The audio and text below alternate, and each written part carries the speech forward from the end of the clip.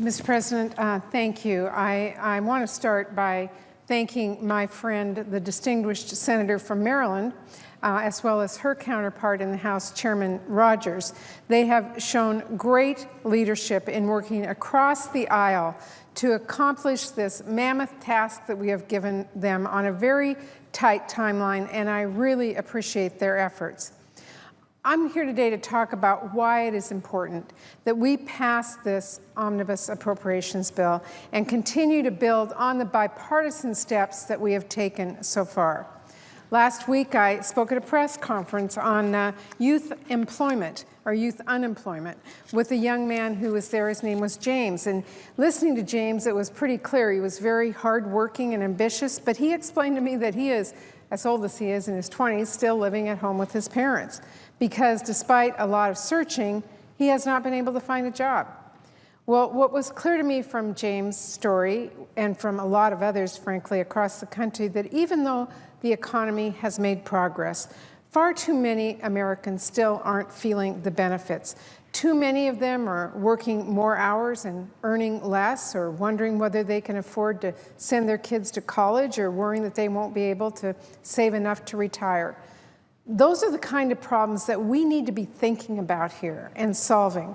So I hope our work this session, this year, will be entirely focused on doing everything we can to create more jobs and more opportunity for all Americans, especially those who are struggling in what is still a very tough economy. There is a lot we need to get done. And if one lesson came out of the constant crises last year, it's that in a divided government, the only way to get things done is through compromise and bipartisanship. The budget deal that Chairman Ryan and I worked together on and reached is a good example. It wasn't the bill I would have written on my own. It wasn't the bill Chairman Ryan would have written on his own either. But after hearing from families and communities in my home state of Washington, I knew that we needed to do more to restore the critical investments that are being lost or were being lost as a result of sequestration. And we needed to break out of the constant crises that have caused so much gridlock and dysfunction over the last several years. So I worked with Chairman Ryan to reach a compromise. And I'm pleased that our agreement rolled back some of those automatic across-the-board cuts to priorities that were important to all of us, like education, infrastructure, and research. And we did that in a balanced way without relying on spending cuts alone. And importantly, in reaching that deal, we were able to lay some groundwork so Chairman Mikulski and Chairman Rogers could now move forward on the important work of funding the government. Mr. President, families and communities across the country will be better off as a result of their leadership. Their legislation invests in starting our children off strong by expanding access to early Head Start for infants and for families. It expands access to Pell Grants to help more of our young adults today afford higher education. And it supports other important priorities like medical research, which help create jobs and spur innovation. In my home state of Washington, I know all of these investments, as well as others, like funding for the Columbia River Crossing Project and for repairs and improvements at Joint Base Lewis McChord, are going to make a huge difference.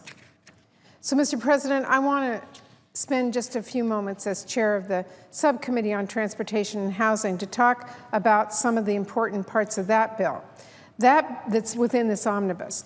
Mr. President, that bill that's in this addresses critical challenges on everything from homelessness, affordable housing, traffic congestion, transportation safety. This bill represents a very firm commitment to providing housing and supporting services to families in need. It actually increases funding for the Section 8 program, which provides provides housing for our low-income families in this country. If funding had remained at the sequester level, more than 100,000 families today would be at risk of losing that assistance and becoming homeless. Under our bill, that will not happen. I'm also very proud that the bill includes $75 million for vouchers for the joint HUD Veterans Affairs supportive housing programs.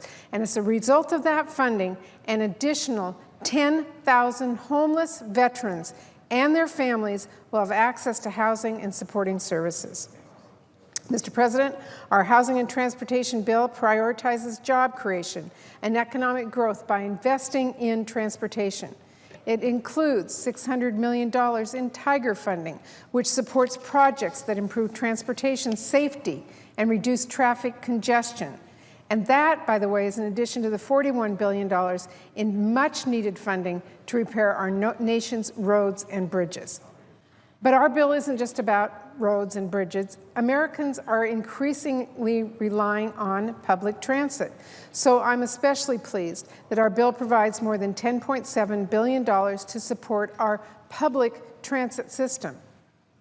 Also, Mr. President, last year, across-the-board spending cuts known as sequestration forced the Federal Aviation Administration to enact a hiring freeze, which meant employees like our air traffic controllers left the agency, and when they did, no one was hired to replace them. So our bipartisan bill ensures the FAA has the resources it needs to end that hiring freeze and hire and critically train new employees who can help our air travel be safe. This bill fully funds the essential air service and contract tower programs, which so many of our communities depend on. And we also included reforms to improve the programs we fund, for example, important Section 8 reforms to reduce costs and create efficiencies. Mr. President, in short, I'm very pleased with what my colleagues and I in the Senate and House have been able to accomplish together on housing and transportation investments in this bill. And I want to take a moment and especially thank my colleague on the Senate Transportation and Housing Appropriations Bill, Senator Collins, for all of her great work and support during this entire process. I'm very proud to be part of the tireless effort of Chairwoman Mikulski. She has worked very hard to make sure we have a full appropriations bill and act to consider, and not just another continuing resolution. Now, just like Chairman Ryan and I said when we finished our deal, I'm pretty sure that Chairwoman Mikulski and Chairman Rogers would each agree this package is not perfect.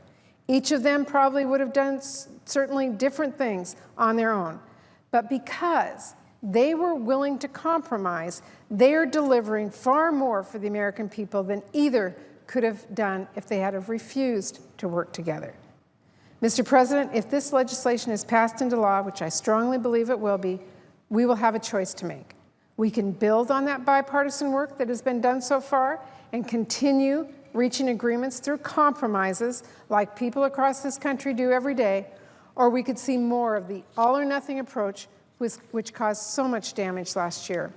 I was, in fact, really disappointed that yesterday my colleagues rejected a good faith offer to provide relief to workers and families who are still struggling in this country to get back on their feet, even after Democrats time and time again offered compromises to try and get a deal.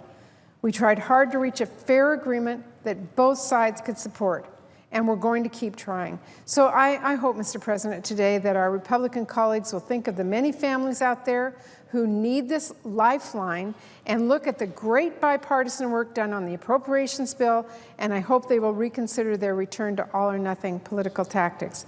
Because I know there's fundamental differences here between the two parties. I know compromise is never easy, but we can't afford to let those challenges get in the way of delivering for the families and communities we serve. And you know what? We don't have to. The legislation Chairwoman Mikulski and Chairman Rogers just completed is proof that there is a much better way to get things done. And if both sides are willing to continue to make some tough choices, there's much more we can do together to create jobs and strengthen the recovery and build the foundation for stronger, broader growth in the future. So, Mr. President, I want to thank Chairwoman Mikulski and Chairman Rogers again for their leadership. And I really hope that we can all build on their bipartisan step forward by choosing to work together and find opportunities for compromise and continue to deliver for the American people. Thank you, Mr. President. I yield the floor.